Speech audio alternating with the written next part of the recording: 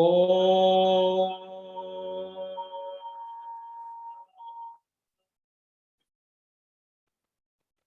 श्री गणेशाय नमः। श्री सरस्वत्यै नमः। श्री सद्गुरुवे नमः। पूर्णेन्दु सुंदरमुखी प्रतिभाभिरामे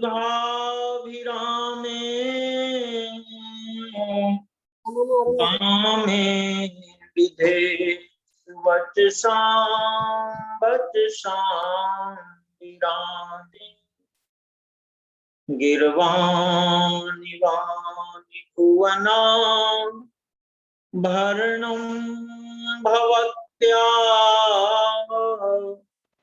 वन्दे दयार्द्रचरणं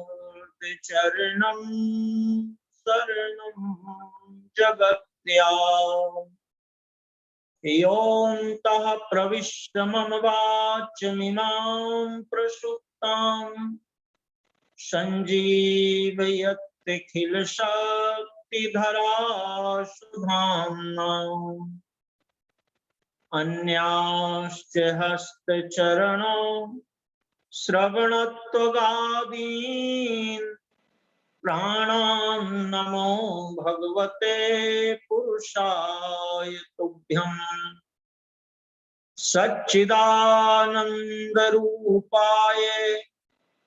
विश्वोत्पत्त्यादिहेतवे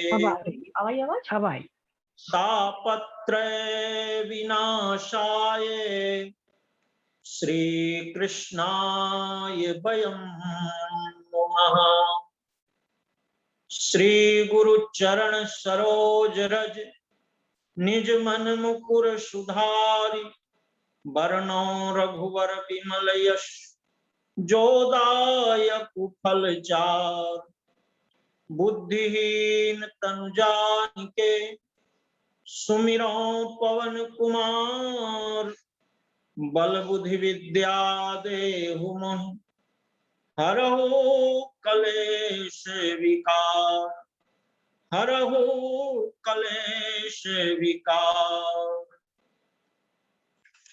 गोविंद हरे गोपाल हरे जय जय प्रभु दीन दयाल हरे गोविंद हरे गोपाल हरे जय जय प्रभु दीन दयाल हरे जय जय प्रभु दीन दयाल हरे जय जय प्रभु दीन दयाल हरे जय जय प्रभु दीन दयाल हरे गोविंद हरे गोपाल हरे जय जय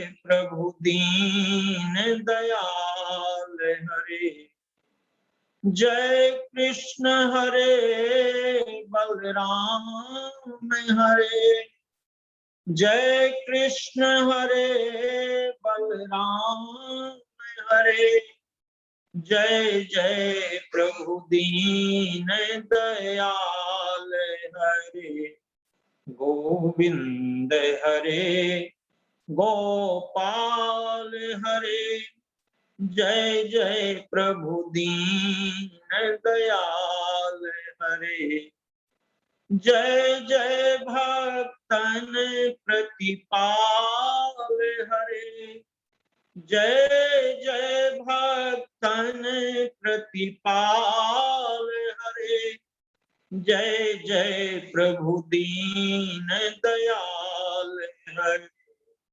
गोविंद हरे गोपाल हरे जय जय प्रभु दीन दयाल हरे जय जय यशुमती के लाल हरे, जय जय यशुमती के लाल हरे, जय जय प्रभु दीन दयाल हरे, गोविंद हरे गोपाल हरे, जय जय प्रभु दीन दयाल हरे, गोविंद हरे गोपाल हरे, जय जय प्रभु दीन दयाल हरे, जय जय तुलसी के राम हरे, जय जय तुलसी के राम हरे, जय मीरा के घन श्याम हरे, गोविंद हरे गोपाल हरे, जय जय प्रभु दीन दयाल हरे, गोविंद हरे गोपाल हरे, जय जय प्रभु दीन दयाल हरे। बोलिए बाल कृष्ण भगवान की जय, श्री कृष्ण और बलराम की जय, सब संतन की जय, सब भक्तन की जय, जय जय श्री राधे श्याम। बहुत ही सुंदर समय है और हम सब लोगों के लिए सौभाग्य का समय है। धन्य घड़ी सोई जब सत्संगा, वो घड़ी वो समय धन्य बन जाता है जब हम सत्संग के लिए एकत्रित होते हैं, सत्संग में जाते हैं, सत्संग में बैठते हैं, सत्संग का लाभ लेते हैं। तो ये ठाकुर जी की बड़ी कृपा है कि आज भगवान के जन्मदिन के समय और भगवान की लीलाओं का गुणगान करने का समय ठाकुर जी ने प्रदान किया। बहुत बहुत सब लोगों को धन्यवाद। अब कुछ समय के लिए मन एकाग्र करें और भगवान की दिव्य लीलाएं श्रवण करें। देखिए, पहले तो हमें ये जानना है कि भगवान श्री कृष्ण हैं कौन। 5000 वर्ष हो गए और इसी तरह हम लोग प्रतिवर्ष भाद्रपद अष्टमी के दिन जो जिसके पास साधन होता है, जैसी व्यवस्था होती है, उस व्यवस्था के अनुसार पूरा देश और देश में नहीं विदेशों में भगवान का जन्मोत्सव मनाया जाता है। तो आखिर ये भगवान का ऐसा कौन सा तत्व है जो भक्तों के हृदय को छू जाता है? तो देखिए, श्रीमद् भागवत का जो प्रथम श्लोक है, उसमें ऋषियों ने जो भगवान का स्मरण किया है, भगवान का जो नाम लिया है, वो ध्यान देने की बात है। जन्माद्यस्य यतोन्नयादिचरतस् चार्थोऽस्वभिज्ञस्वराट् तेने ब्रह्महृदायादि कवये मुह्यन्ति यत् सूरयः तेजो वारि मृदां यथा विनिमयो यत्र त्रिसर्गो मृषा धाम्ना स्वेन सदा निरस्तकुहकम् सत्यम परम धीमहि। पहला जो मंगलाचरण का श्लोक किया तो ऋषि कहते हैं अब इसकी बहुत बड़ी व्याख्या है, समय के अनुसार आप श्रवण करें। तो जो मैं ये कहने जा रहा था कि भगवान का स्वरूप क्या है, तो ऋषियों ने कहा सत्यम परम धीमहि। यहां भगवान श्री कृष्ण को का नाम नहीं लिया, गोवर्धनधारी का नाम नहीं लिया, अच्युत का नाम नहीं लिया, गोविंद का नाम नहीं लिया, यशोदा नंदन का नाम नहीं लिया। ऋषियों ने मंगलाचरण में जो कहा वो कहते सत्यम परम धीमहि। सत्य स्वरूप परमात्मा का हम वंदन करते हैं। गायत्री मंत्र आप लोग कहते हैं तो धीमहि शब्द आता है, जहां धीमहि आया वो गायत्री मंत्र का श्लोक बन जाता। तो ऋषियों ने कहा प्रभु आप सत्यम परम धीमहि हो, न कृष्ण हो, न बलराम हो, न गोविंद हो, न अच्युत हो, न मुरारी हो, न माधव हो। और देवता लोग कारागृह में जब भगवान के प्रागट्य होने का समय आया तो देवताओं ने जो भगवान की स्तुति की ठीक इन्हीं शब्दों में, सत्याव्रतम सत्य परम त्रिसत्यम सत्यस्य योनिम निहितम च सत्ये सत्यस्य सत्तो मृत सत्य नेत्रम सत्यात्मकम त्वां शरणं प्रपद्ये।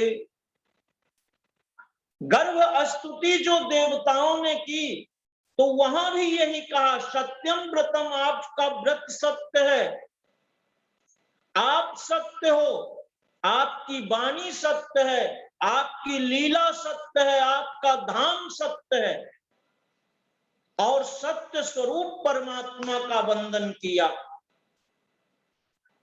अब देखिए यहां कृष्ण, राम, गोविंद, माधव, मुरारी ये सब क्यों नहीं कहा? भगवान शिव जी को नहीं कहा, दुर्गा माता का नाम, कितने देवता हमारे सनातन धर्म में हैं। तो बोले भगवान सत्य स्वरूप हैं। भगवान श्री राम के प्रागट्य होने का समय आया तब भी बाबा तुलसी कहते हैं भय प्रगट कृपाला दीन दयाला कौशल्या हितकारी। भय प्रगट, किसी ने पूछा भाई कहां से आए? न इधर से आए, न इधर से आए, न उधर से आए, न इधर से आए, तो कहां से आए?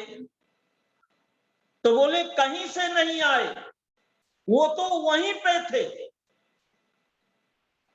जैसे आपने रामलीला का दर्शन किया होगा, रासलीला का दर्शन किया होगा, तो रामलीला और रासलीला में पीछे तखत लगाया जाता है, जैसे व्यासपीठ बनती है ऐसे भगवान के बैठने का और पात्रों के बैठने की जगह स्टेज बनाया जाता है और उसके सामने एक पर्दा लगाया जाता है। जब ये लीला पूरी हो गई तो फिर वो पर्दा लगा देते हैं। बोले अब जब पर्दा खुलेगा तो दूसरा पात्र वहां दिखाई देता। तो भगवान न इधर से आए, न इधर से आए, न उधर से आए, न इधर से आए, भगवान तो वहीं से प्रकट हो गए। केवल पर्दा खुला और भगवान सामने दिखाई दिए, क्योंकि ये भगवान विश्वनाथ का वचन है। आदिदेव जिनकी लीला आप लोगों ने श्रावण में समयानुसार श्रवण की, तो ऐसे भगवान महादेव माता पार्वती को कहते हैं। माता पार्वती ने कहा कि प्रभु वो राम है कहाँ, वो भगवान है कहाँ? तो बोले पार्वती यही तो समस्या सब लोगों के अंदर है, और ये समस्या आज से नहीं है, बहुत दिनों से। तो एक संत ने बहुत सुंदर बात कही कि भगवान है कहाँ? तो बोले जहां भक्त की हां है वहीं भगवान। भय प्रगट कृपाला। और यहाँ माता देवकी पर जब समस्या आई, विपत्ति आई, तो भगवान कारागृह में प्रकट हो गए। हम अब इस श्लोक में संतों ने इतनी सुंदर व्याख्या की है कि हम भगवान को पाने के लिए जंगल में जाते हैं, ये व्रत करते हैं, ये व्रत करते हैं, ये साधन करते हैं, लेकिन भगवान कहते हैं कि जब भक्त का प्रेम उमड़ जाता है तो फिर मैं जंगल में नहीं। विश्वामित्र जी को यह ध्यान था कि शायद ठाकुर वन में मिले, वानप्रस्थियों को मिले, पर वो तो महाराज दशरथ के यहां आ गए। महाराज दशरथ के राजभवन में ठाकुर जी आए और हम लंगोटी लगा के उनको जंगल में ढूंढते हैं। और भगवान श्री कृष्ण ने तो कहा हद ही पार कर दिया। बोले पहले के ठाकुर तो राजभवन में आए थे, मैं भवन में भी नहीं, मैं तो कारागृह में आ जाऊंगा। जब भक्त पर, मेरे भक्त पर विपत्ति आती है तो भगवान कहते हैं कि वो जो जिस रूप में है मैं वहां उसे उसी रूप में मिल जाता हूं। तो भगवान कारागृह में आ गए। एक कवि ने बहुत सुंदर शब्द लिखा है, मैं ढूंढता तुझे था, मैं ढूंढता तुझे था, जब कुंज और वन में तू खोजता मुझे था, किसी दीन के वतन में। मैं ढूंढता तुझे था जब कुंज और वन में तू खोजता मुझे था, किसी दीन के वतन में। तू आह बन किसी की, तू आह बन किसी की मुझको बुला रहा था, मैं था तुझे बुलाता संगीत और भजन में। मैं था तुझे बुलाता संगीत और भजन में। तो महादेव माता पार्वती को कहते हैं कि पार्वती, उस समय सब देवताओं में हड़बड़ी मची, जब देवताओं पर इस पृथ्वी पर अत्याचार हुआ। बड़ी लंबी कथा है।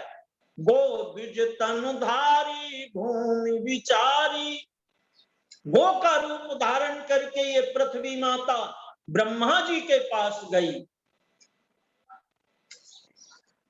और सब देवता मिलकर के विचार करने लगे। ब्रह्मा जी ने हाथ ऊपर कर दिया, बोले ये समस्या का समाधान मेरे से नहीं होगा। तो बोले फिर कहां जाएं? तो बोले अब ये भगवान नारायण से ही समस्या का समाधान होगा। तो बोले भाई वो नारायण है कहां? किसी ने कहा वो बैकुंठ धाम में है, किसी ने कहा वो शेष नारायण की सैया बना करके क्षीर समुद्र में निवास करते हैं। सबने अपना अपना मत रखा। पर माता पार्वती को महादेव कहते हैं, ते ही समाज गिरजा में रहूं, अवसर पाई बचन एक कहूं। हरि व्यापक सर्वत्र समाना, प्रेम ते प्रगट हो ही मैं जाना। हरि व्यापक सर्वत्र समाना, प्रेम ते प्रगट हो ही मैं जाना। पार्वती, मैंने उन सब देवताओं को कहा, जब मेरी तरफ सब देखने लगे तो मुझे मौका मिला, अवसर मिला, तो मैंने कहा भैया भगवान तो सर्वत्र व्याप्त हैं, तो वो दिखाई क्यों नहीं देते? तो एक भजन एक लाइन में सुनाता हूं। अरे तुमने मन से नहीं पुकारा, कैसे आएंगे मेरे राम, कैसे आएंगे मेरे राम। तुमने मन से नहीं पुकारा, तुमने मन से नहीं पुकारा, कैसे आएंगे मेरे राम, कैसे आएंगे मेरे राम। तुमने मन को नहीं संवारा, तुमने मन को नहीं पुहारा, कैसे आएंगे मेरे राम, कैसे आएंगे मेरे राम। तुमने प्रेम से नहीं पुकारा, कैसे आएंगे मेरे राम, कैसे आएंगे मेरे राम। तो प्रेम ते प्रगट हो ही मैं जाना। जहां प्रेम होगा वहां वो सत्य स्वरूप परमात्मा प्रकट हो जाएंगे। सत्यम परम धीमहि। भगवान कैसे हैं? सत्य स्वरूप हैं, और वो त्रिकाल सत्य हैं। ये जब समाज नहीं था, सृष्टि नहीं थी, ये जो कुछ हम सोचते हैं, देखते हैं, समझते हैं, ये सब कुछ नहीं था, तो केवल वो परमात्मा ही थे। ब्रह्म सत्यम जगत मिथ्या। अब आप इसको साधारण शब्दों में श्रवण करिए कि जब आप 5 वर्ष के थे तब भी आपका जो नाम था वही नाम था। 15 के हुए तो नाम नहीं बदला, पर शरीर बदल गया। जब आप 5 वर्ष के थे तो बालक या बालिका को के नाम से लोग पुकारते थे, ये बालिका इधर आओ, ये बालक इधर आओ। पर जब 15 वर्ष के हो गए तो बोले भाई आपका क्या नाम है? 5 वर्ष के थे तो बोले क्या नाम है? और जब 25 के हो गए तो बोले क्या नाम है? अब जब 60 के हो गए तो बोले क्या नाम है? नाम शरीर सब शरीर बदल गया, पर नाम जहां था वही है। इसी प्रकार से वो आत्मा कभी नहीं बदलती, केवल शरीर बदलता है। और बड़ी सुंदर बात कही है, जाता नहीं है कोई, जाता नहीं है कोई इधर उधर, कोई इधर उधर नहीं जाता, सब इधर ही आ जाते हैं कपड़े बदल बदल कर। ये शरीर जो है ये बदल जाता है, आत्मा नहीं बदलती। और ये इसके साथ भर ये नहीं होता, ये भगवान भी ऐसा ही करते हैं। और आप एक प्रसिद्ध भजन गाते हो, कभी राम बन के कभी श्याम बन के चले आना, प्रभु जी चले आना। कभी राम बन के कभी श्याम बन के चले आना, प्रभु जी चले आना। तो देखिए भगवान मर्यादा पुरुषोत्तम श्री राम ही कृष्ण बन करके आए, नाम बदल गया पर परमात्मा तो वही है, सत्यम परम है। कभी इस रूप में दिखाई देते हैं, कभी इस रूप में, कभी इस रूप में। अब बड़ी समस्या आई, बोले भाई भगवान है कैसे? तो बोले भगवान को ये मत पूछो कि कैसे है, आपको कैसा भगवान चाहिए ये बताओ। अब आप जरा विचार करो कि लंका पर विजय प्राप्त करनी थी, तो वहां माखन चोर आके क्या करते? वहां तो मर्यादा पुरुषोत्तम को ही आना पड़ेगा। तो मर्यादा पुरुषोत्तम भगवान श्री राम का समय 11,000 वर्ष पर्यंता राजकीन श्री लक्ष्मी कांता। 11,000 वर्ष तक भगवान की लीलाएं इस धराधाम में हुई। इसके बाद भी मर्यादा पुरुषोत्तम होने के कारण कुछ लीलाएं भगवान की शेष रह गईं। इसके लिए ठाकुर जी को ही कृष्ण रूप में आना पड़ा और यहां आकर के भगवान ने प्रेम की लीलाएं की। प्रेम की पराकाष्ठा थी गोपियां। आप जरा दर्शन करिए, सब लोग इनमें से जो आप लोग सुन रहे होंगे सब वृंदावन गए। अब मथुरा स्टेशन पे ट्रेन रुकती है, तो मथुरा और वृंदावन में कितनी दूरी है? जब वो गोपियां दही बेचने के लिए वृंदावन से मथुरा आ सकती हैं, तो भगवान श्री कृष्ण से मिलने के लिए क्या नहीं आ सकती थी?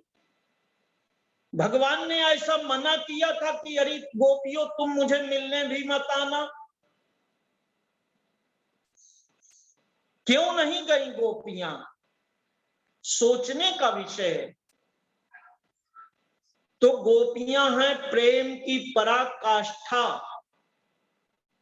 विरह जन्य गोपियां जहां ठाकुर जी का स्मरण करती हैं, वो ऐसा अनुभव करती हैं कि ठाकुर तो मेरे सामने ही खड़ा है, मेरे पास ही है, मेरा हाथ पकड़ के खड़ा है।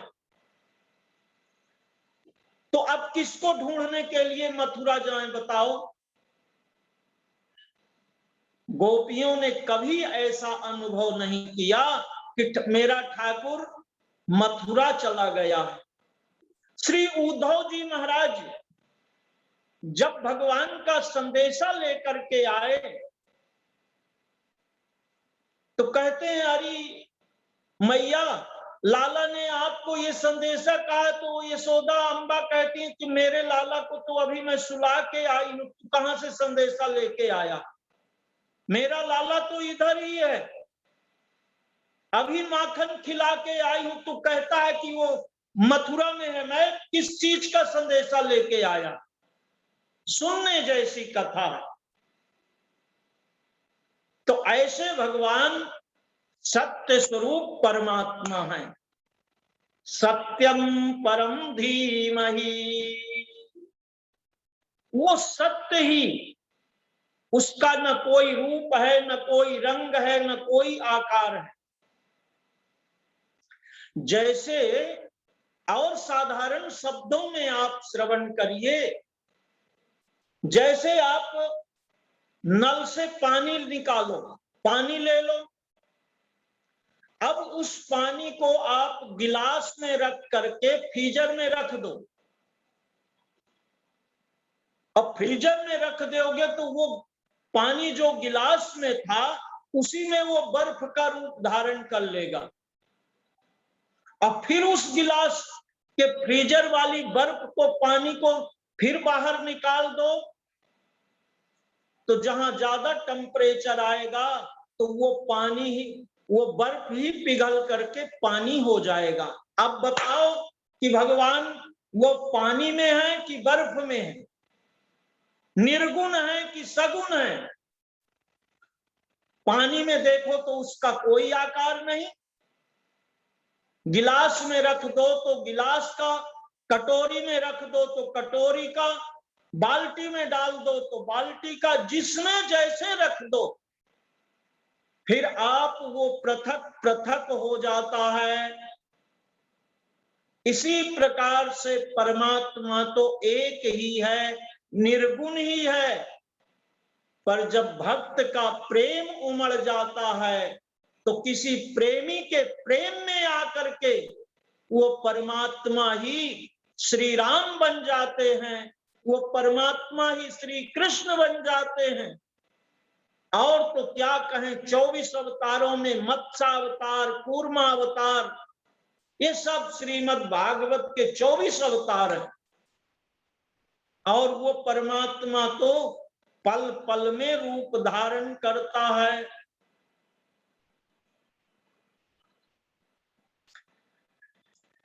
तो ठाकुर जी जब आए तो अर्जुन को कहते हैं, यही प्रश्न अर्जुन ने भी पूछा, तो भगवान ने गीता में प्रसिद्ध श्लोक यदा यदा हि धर्मस्य ग्लानिर्भवति भारत अभ्युत्थानम् अधर्मस्य तदात्मानं सृजाम्यहम् परित्राणाय साधूनां विनाशाय च दुष्कृतां धर्म संस्थापनार्थाय संभवामि युगे युगे। हे अर्जुन, जब गौ भूमि साधुओं पर अत्याचार होता है, अधर्म का बोलबाला हो जाता है, तो उस समय परित्राणाय साधूनां विनाशाय च दुष्कृतां, दुष्टों का विनाश करने के लिए, उनका उद्धार करने के लिए, धर्म की स्थापना करने के लिए मैं युग युग में प्रकट होता हूं। ये गीता का प्रसिद्ध श्लोक है। और रामचरितमानस में विप्रधेनुसुर संतहित, विप्रधेनुसुर संतहित लीन मनुज अवतार निज इच्छा, भगवान ने जोड़ दिया, वो किसी के बस में नहीं है, किसी के प्रभाव में नहीं है, निज इच्छा की जब इच्छा होती है तब अपने भक्तों के लिए अवतार ठाकुर जी धारण करते हैं। तो इसी प्रकार की व्यवस्था। अब देखो, यहां भगवान कहते हैं कि धर्म संस्थापनार्थाय संभवामि युगे युगे, यदा यदा ही धर्मस्य ग्लानिर्भवति भारत, धर्म की ग्लानि होती है। और भगवान श्री राम की घोषणा है कि जब जब होई धर्म की हानि, अब बाढ़हि असुर अधम अभिमानी, करहि अनीति जाय नहीं परनी, असीदहि विप्रधेनु सुरधरनी, तब तब धरी प्रभु विविध शरीरा, अहरहि कृपा निधि सज्जन पीरा। भगवान श्री कृष्ण कहते हैं जब धर्म की ग्लानि होती है तब मैं अवतरित होता हूं। अब भगवान श्री राम कहते हैं जब धर्म की हानि होती है तब मैं अवतरित होता हूं। तो ये धर्म की हानि और ग्लानि क्या है, जरा दर्शन करें कि आपने अभी अभी कोई नया शोरूम खोल रखा है। अब वो चाहे साड़ियों का शोरूम हो, चाहे वो पैंट शर्ट वाला शोरूम हो, शूटिंग शर्टिंग वाला हो, कोई भी शोरूम हो, और शोरूम आपने खोला, खूब एडवर्टाइज भी खूब किया, लेकिन लोग उसी रास्ते से जाते हैं, उसी से आते हैं, पर वो लोग आपके शोरूम की तरफ देख भी नहीं रहे,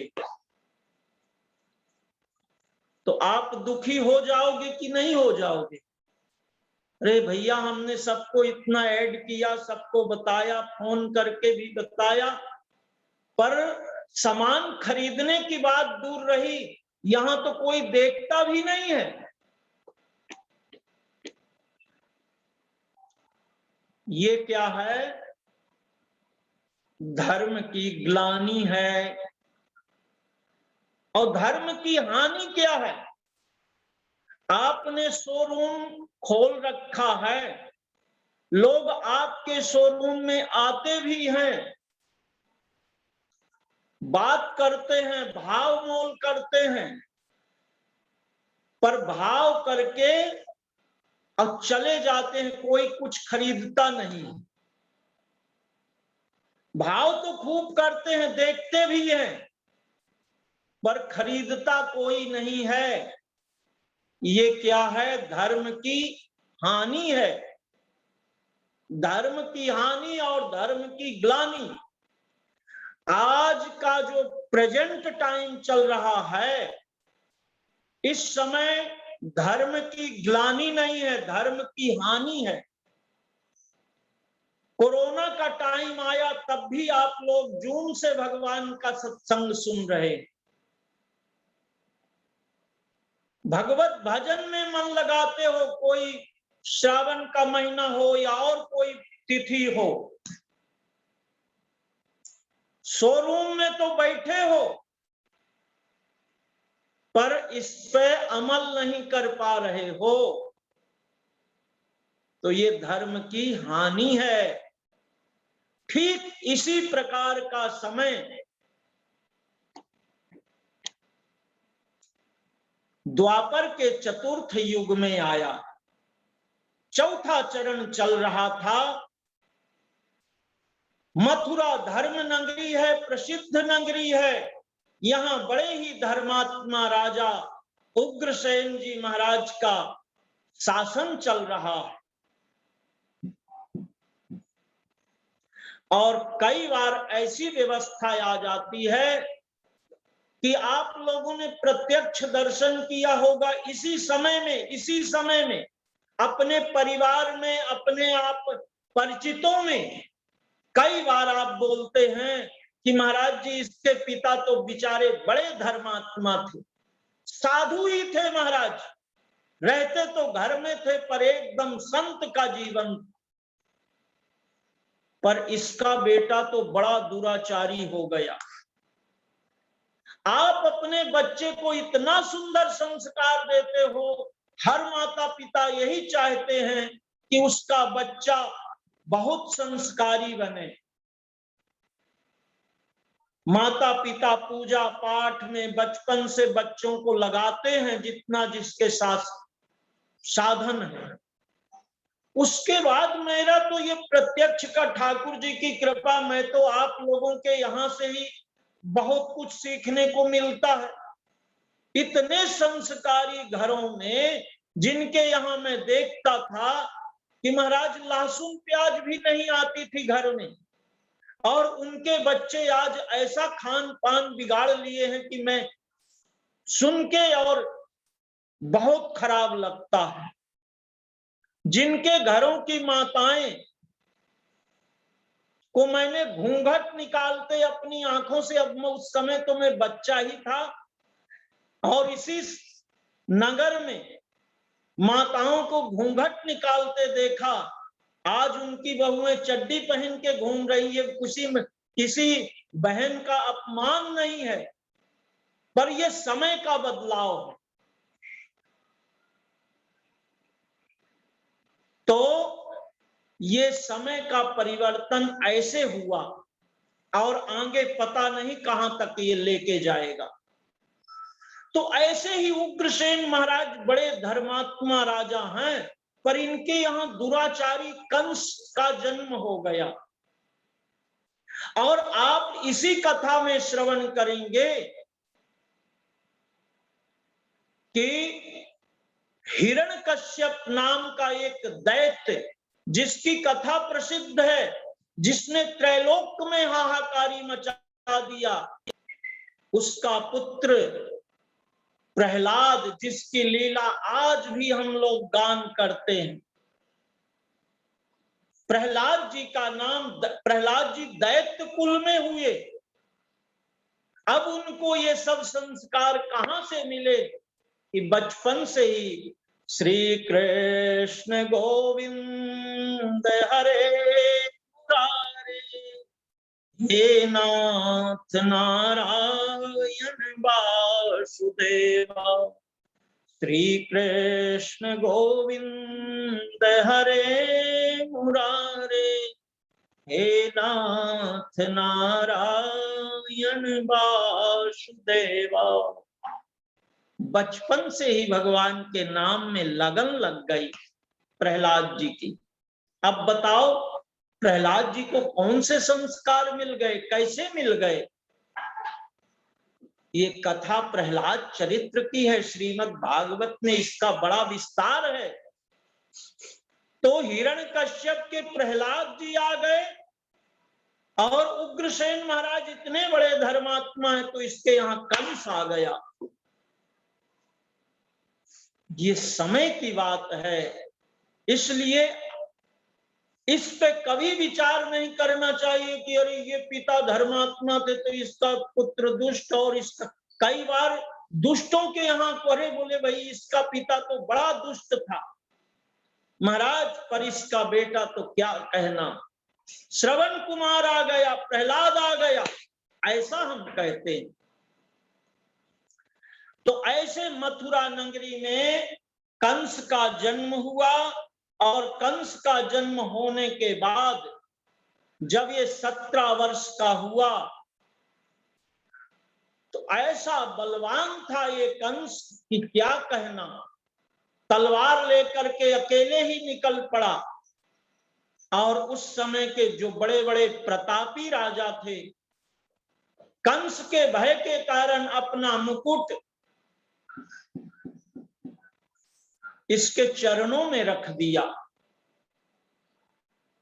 सबसे बड़ा प्रतापी राजा मगध नरेश जरासंध था उस समय का, और जब देखा कि कंस विजय यात्रा के लिए निकला है, सारे राजाओं ने अपने अपने मुकुट इसके चरणों में रख दिया है, तब जरासंध बहुत बुद्धिमान था, उसने विचार किया कि कंस से लड़ने से फायदा नहीं मिलेगा, कंस से संबंध बना लेता हूं। और मगध नरेश जरासंध की 2 पुत्रियां अस्ति और प्राप्ति थी, दोनों पुत्रियों का विवाह कंस के साथ कर दिया। अब तो भाई कंस वैसे ही बलवान, और जिसका ससुर इतना बलवान हो, अब कहना ही क्या, पूरी पृथ्वी भयभीत हो गई। कंस विजय यात्रा के पश्चात मथुरा में आया और महाराज उग्रसेन द्वारा बनाए गए सारे नियमों को, सारे संविधानों को पलटी कर दिया। जहां हरि मंदिर में भगवत भजन होता था, हरिनाम संकीर्तन होता था, सत्संग होता था, नित्य प्रति यज्ञ होते थे, गौ ब्राह्मण सुखी थे, आज कंस ने कहा कि भाई अब हर मंदिर में ताला ही बंद कर दिया जाए, ताला लगा दिया जाए, कहीं सत्संग या कीर्तन की आवाज मेरे कानों में नहीं आनी चाहिए। चारों तरफ का वातावरण इतना प्रदूषित हो गया, इतना भ्रष्टाचार हो गया, इतना अत्याचार हो गया कि पृथ्वी अकुला उठी। जब उग्रसेन महाराज ने इसका विरोध किया, बोले पुत्र तुम ये सत्संग बंद करवा रहे हो, बिना सत्संग के शांति कैसे मिलेगी। तो ये उग्रसेन महाराज के मुकुट मस्तक पे था, उसको उठाया, निकाल लिया और अपने मस्तक पे स्वयं रख लिया। जब बुढ़ापा आ जाएगा तो बहू एक दिन चाबी छीन लेगी कि ले वो अब क्या करेगी मेरा। तो चाबी प्रेम से दो तो देना पड़ेगा, और वो छीन के ले तो लेना ही देना पड़ेगा।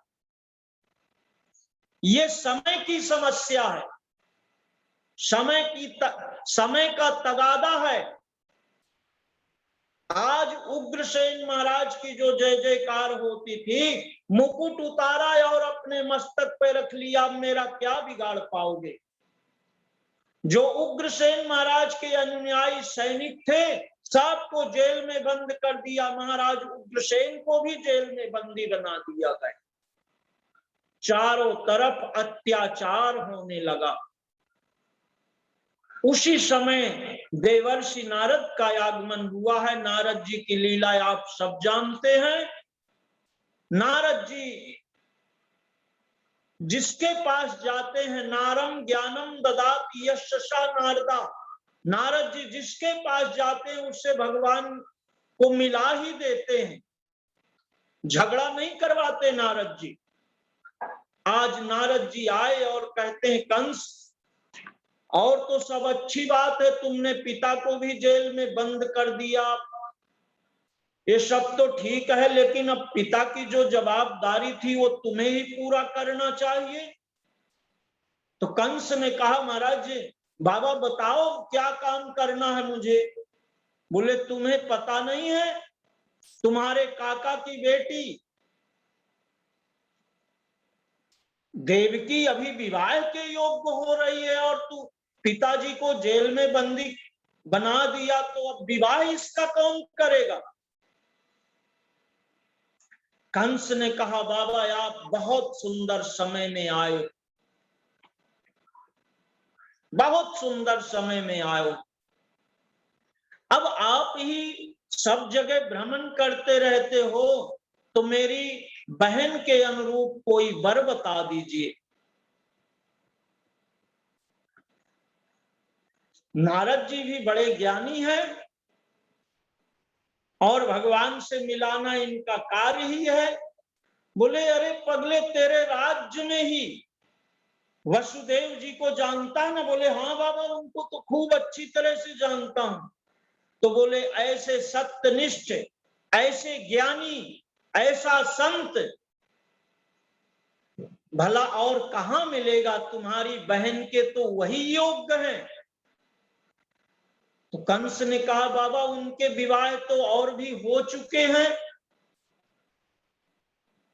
तो बोले भाई ये राजाओं के यहाँ का नियम है, एक हो गया तो दूसरा भी हो सकता है। अब कंस तू जान और तेरा काम जाने, इतना कह के नारद जी चले गए। कंस को ये बात जच गई। नारद जी जिससे बात करते हैं ऐसी ऐसी ठोस बात करते हैं कि उसका हृदय परिवर्तित होना ही है। कभी नारद जी के विषय में चर्चा करेंगे। ऐसे ज्ञानी संत हैं कि ये जो दीन है, हीन है, भटके हुए हैं, सबको भगवान की शरण में लाके पहुंचा देते हैं।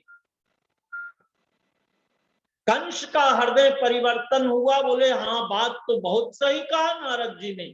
तुरंत रथ लिया और वसुदेव जी के दरवाजे पे पहुंच गए। वसुदेव जी ने देखा आज राजा कंस का रथ मेरे दरवाजे पे, लगता है कोई विपत्ति आ गई। अरे जब एकाएक ऐसे ऐसे लोग आ जाएं तो शंका तो होनी है, अब इस पे क्या चर्चा करें। वसुदेव जी बाहर निकले, राजा कंस का स्वागत किया, आसन पे बिठाया। महाराज आपका आगमन, अरे मुझे बुलवा लेते, क्या बात है। बोले वसुदेव जी इस समय मैं राजा बन करके नहीं आया हूं, मैं तो आप अपनी बहन का संबंध लेकर के आया हूं और मैं चाहता हूं कि आप मेरे जमाई बन जाओ, मेरी बहन से आपका रिश्ता हो जाए। वसुदेव जी घबरा गए, अरे ये क्या कह रहे हो महाराज, राजा और प्रजा का भला कभी संबंध होता है क्या? बहुत इधर उधर की बातें वसुदेव जी ने कहा, पर राजा कंस का आदेश था, किसकी किसकी ताकत है कि उसके वचन को कोई टाल दे। राजा कंस ने कहा, महाराज वसुदेव जी, मैं आधा राज्य दे दूंगा, पर विवाह तो आपको करना ही पड़ेगा। बस बात निश्चित हो गई, जो आज्ञा महाराज। ज्ञानी पुरोहित को बुलाया गया, तिथि मुहूर्त आदि सारी व्यवस्था निश्चित हो गई। वसुदेव जी बारात लेकर के मथुरा गए हैं, धूमधाम के साथ माता देवकी का विवाह वसुदेव जी के साथ संपन्न हो गया। पर राजा कंस देवकी से इतना प्रेम करता है। देखो एक बात और आपको बताऊं कि कई लोग अंदर तो कुछ रखते हैं, पर बाहर से ऐसा भाव बनाते हैं कि इनसे ज्यादा प्रेमी और कोई है ही नहीं। ये प्रेम में भी बड़ा दिखावा हो गया, मुंह पे कुछ और पीछे कुछ, मुंह पे कुछ। आज का समाज कैसे बदला है, अब ये सब आप जानते हैं, इस पे चर्चा नहीं करेंगे। अब राजा कंस समाज को दिखाने के लिए स्वयं सारथी बन गया है। अगर गाड़ी भेज देता, ड्राइवर भेज देता तो बात समझ में आती, पर ये माता देवकी की विदाई करने के लिए स्वयं रथ पर सारथी बन करके गया। और ध्यान करना, दो जनों के सारथी थे। एक तो अर्जुन का सारथी कौन बना? भगवान श्री कृष्ण अर्जुन के सारथी बने। पूरे महाभारत के युद्ध में अर्जुन कहते हैं, केशव मेरे रथ को इधर ले चलो, तो भगवान तुरंत ले जाते हैं। अब ड्राइवर का काम ही वही है, ड्राइवर को आप बोलोगे इधर ले चलो, ठीक है, इस दिशा में लेफ्ट राइट जहां कहो वहां। पर एक रथी के सारथी भगवान श्री कृष्ण हैं। और आज माता देवकी का सारथी कौन बन गया? कंस बन गया। कंस और कृष्ण। तो ये कंस कौन है? अहंकार है। जब आपका सारथी अहंकार बन जाएगा, समाज में दिखावा करने के लिए आप सत्कर्म करोगे, तो समझ लेना कि जो देवकी की हालत हुई वही बात है। पर अर्जुन का अहंकार नहीं था, अर्जुन तो शरणागत हो गए थे। शिष्यस्ते हम माम त्वाम प्रपन्नम, प्रपन्न हो गए थे अर्जुन, शिष्यता स्वीकार कर ली थी। और अंत में संजय को कहना पड़ा, यत्र योगेश्वरः कृष्णो यत्र पार्थो धनुर्धरा तत्र श्रीर विजयो भूतिर्धुवा नीतिर्मतिर्मम। लेकिन माता देवकी के साथ ऐसा नहीं हुआ। कंस रथ लेके चला जा रहा है और जैसे बीच रास्ते में पहुंचा, कड़कड़ा के आकाश वाणी हुई, अरे कंस, जिस देवकी से तू इतना प्रेम करता है, इसी का 8वां पुत्र तेरी मृत्यु का कारण बनेगा। कड़कड़ा के आकाशवाणी हुई, कंस के कानों में गूंजने लगे वो शब्द। रथ को वहीं रोक दिया और रथ के नीचे उतरा, देवकी को नीचे उतारा, चोटी पकड़ लिया, तलवार लेके मारने को तैयार हुआ। अभी तो सारथी बना था, तलवार से। माता देवकी ने कहा, भैया मैंने क्या बिगाड़ा है, वो तो आकाशवाणी ने कहा है। वसुदेव जी समझ गए यही होना था, पर उस समय बहुत सांत्वना दिया, रे राजन, आकाशवाणी ने देवकी के 8वें पुत्र से आपकी मृत्यु बताई है, देवकी से तो आपको कोई भय नहीं है ना? तो भाई राजन, इसे आप छोड़ दो, 8वां पुत्र नहीं, मैं 8 पुत्र आपको समर्पित कर दूंगा। वसुदेव जी बड़े सत्यनिष्ठ थे, कंस का हृदय फिर परिवर्तित हो गया और कहा, ले जाओ वसुदेव जी।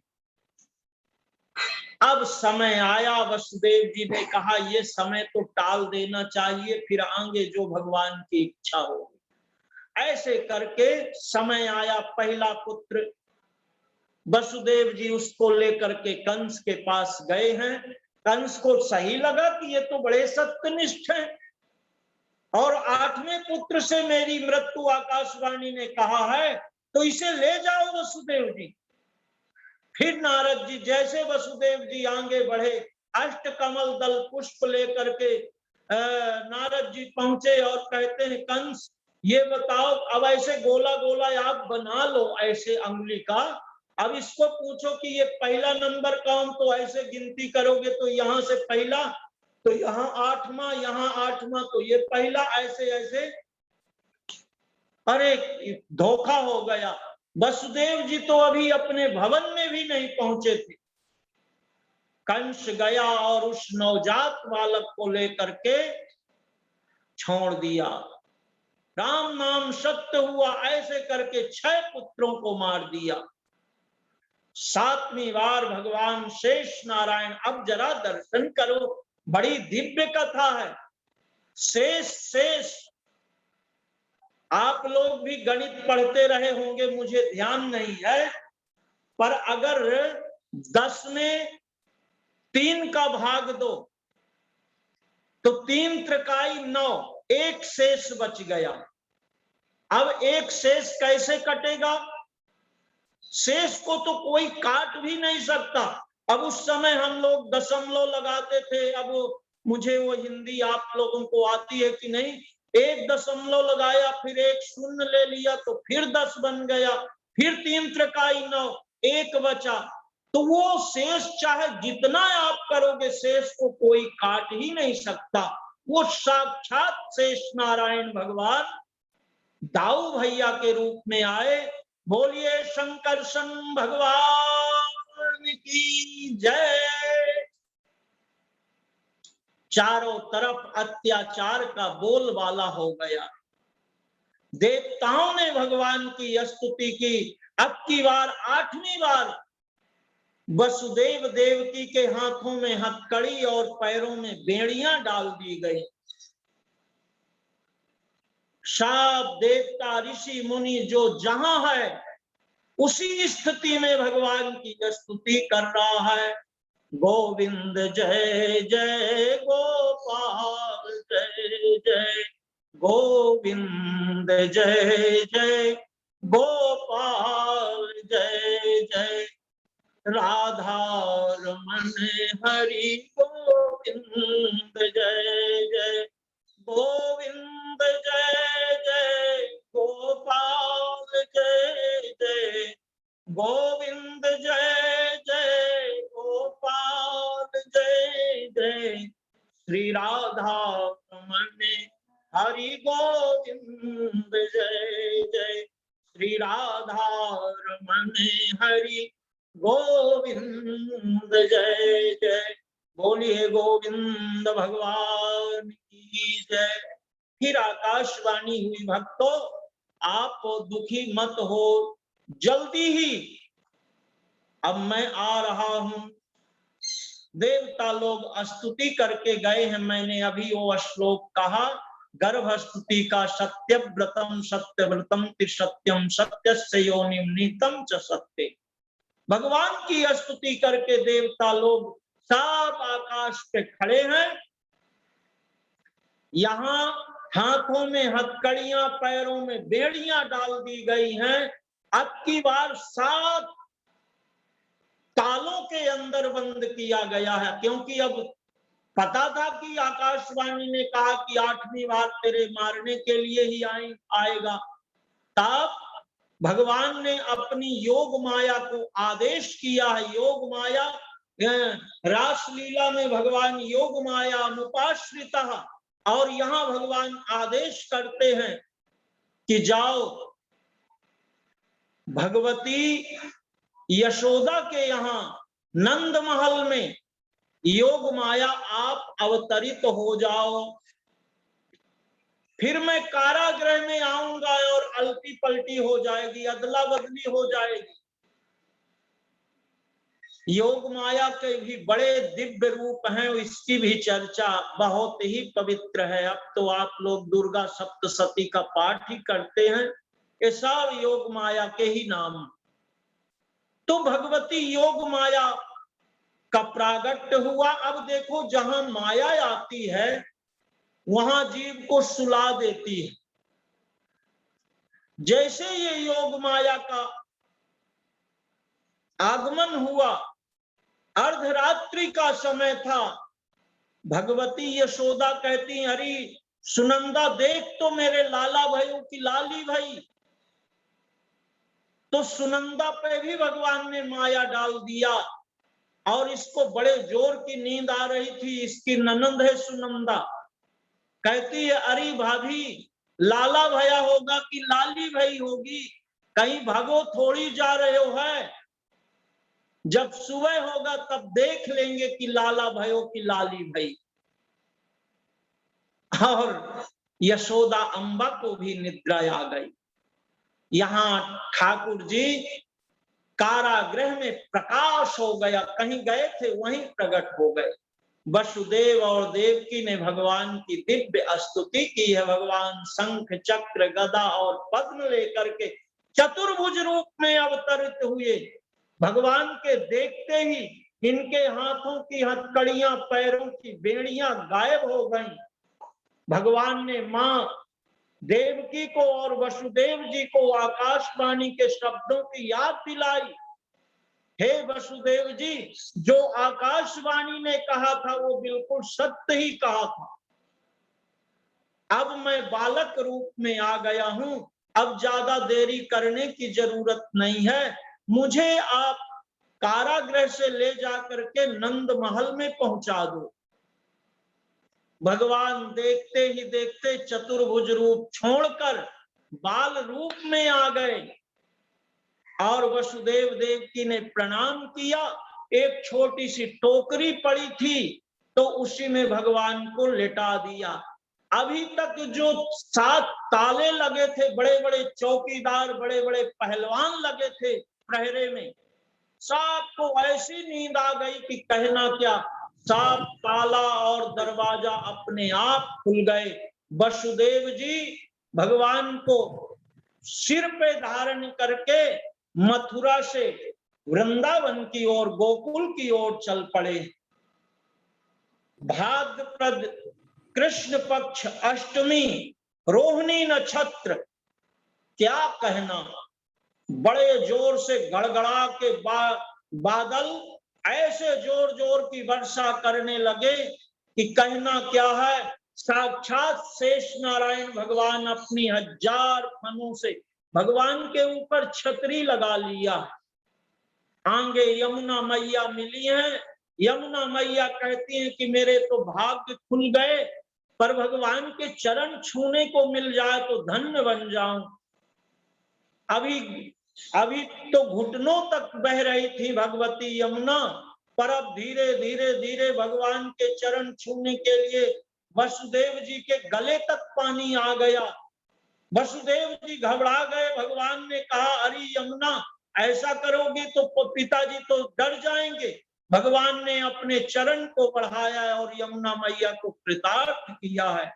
यहाँ रात्रि का समय, योग माया के साथ भगवती यशोदा सो रही थी। वसुदेव जी गए, भगवान को लिटा दिया और योग माया को लेकर के वापस आए हैं। यहाँ जब योग माया आई तो अपने आप सारे दरवाजे बंद हो गए, चौकीदारों की निद्रा खुली। योग माया बड़े जोर जोर की आवाज करने लगी। जहां माया आती है वहां आवाज होती ही है। अब तो कहना क्या, कंस को सूचना दी गई।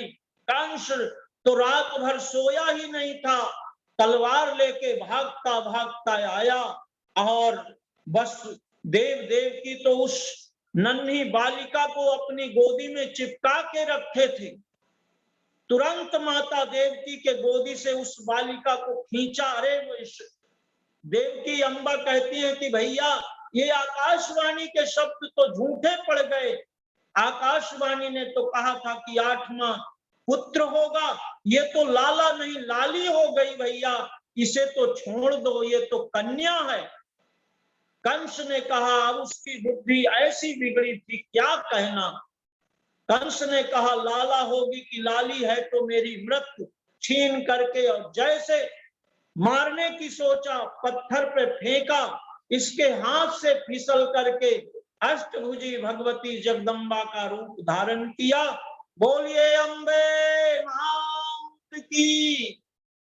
अम्बा महारानी ने भयंकर विराट रूप धारण किया और कड़कड़ा के आकाशवाणी होती है कि अरे मूर्ख, तू मुझे क्या मार रहा है, तेरे मारने वाला तो कब का जन्म ले चुका है।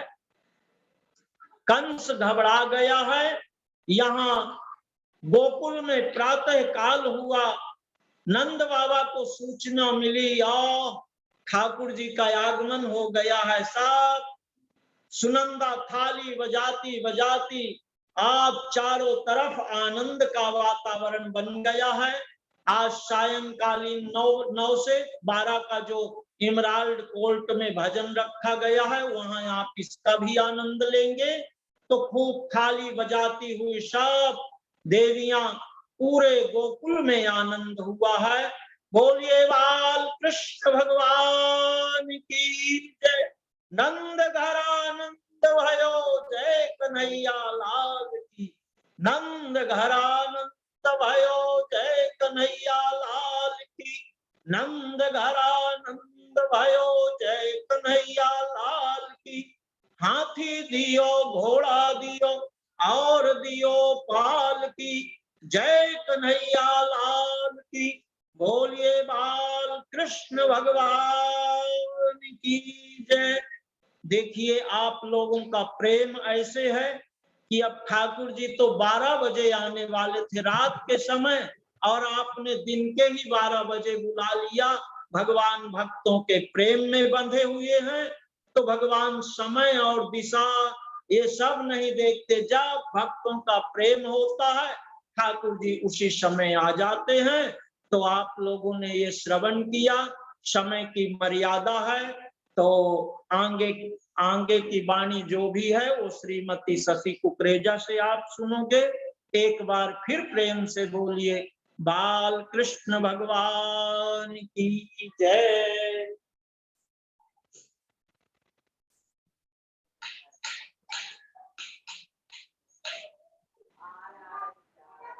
हाँ जी बोलिए मम।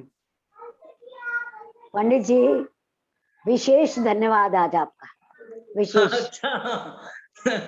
ऐसा लगता है कि वास्तव में नंद के आनंद हो गया। नंद भी हम ही है जैसा आप बता रहे हैं, और यशोदा भी बन जाते हैं। भाव है, भावों की दुनिया है, और अगर ये भावों की दुनिया से अगर हम उसको श्रवण करते हैं तो मैं बोलती हूँ कि ना तो कहीं नंद गया और ना कहीं यशोदा और ना कहीं कृष्ण, सब हमारे अंदर आपने इतनी सुंदर वाणी से समझा दिया कि कुछ शेष रहा नहीं कहने। और आप सोचेंगे ये वाकई में आपका विशेष धन्यवाद है, जो आप इस परिवार को समय समय पर इतनी सुंदर, जो हमें समझ नहीं है, मुझे तो बिल्कुल नहीं है पंडित जी, बिल्कुल नहीं है। जाने अनजाने जो बन सकता वो हम कर रहे हैं, लेकिन पूरे भावनात्मक सत्संग परिवार की ओर से, गीता भवन महिला सत्संग परिवार की ओर से आपका कोटि कोटि वंदन करती हूँ। और आपको ही सामने सदगुरु रूप में, उसमें चाहे आप नारद समझ लें, आप कृष्ण समझ लें, कृष्णम वंदे जगत गुरु, कृष्णम वंदे जगत गुरु, कृष्णम वंदे जगत गुरु। बहुत बहुत धन्यवाद आपका, बहुत बहुत धन्यवाद। बस हमें आशीर्वाद दीजिए कि हम बस लगे रहें, बाकी उसके ऊपर छोड़े, वो जो करेगा सो करेगा, बाकी वो जाने, उसका काम जाने। बस हम आपके आशीर्वादों से प्रयास करते हैं। धन्यवाद जय पंडित श्री जी। कृष्ण, जय जय श्री श्री कृष्ण, जय श्री कृष्ण, जय श्री कृष्ण।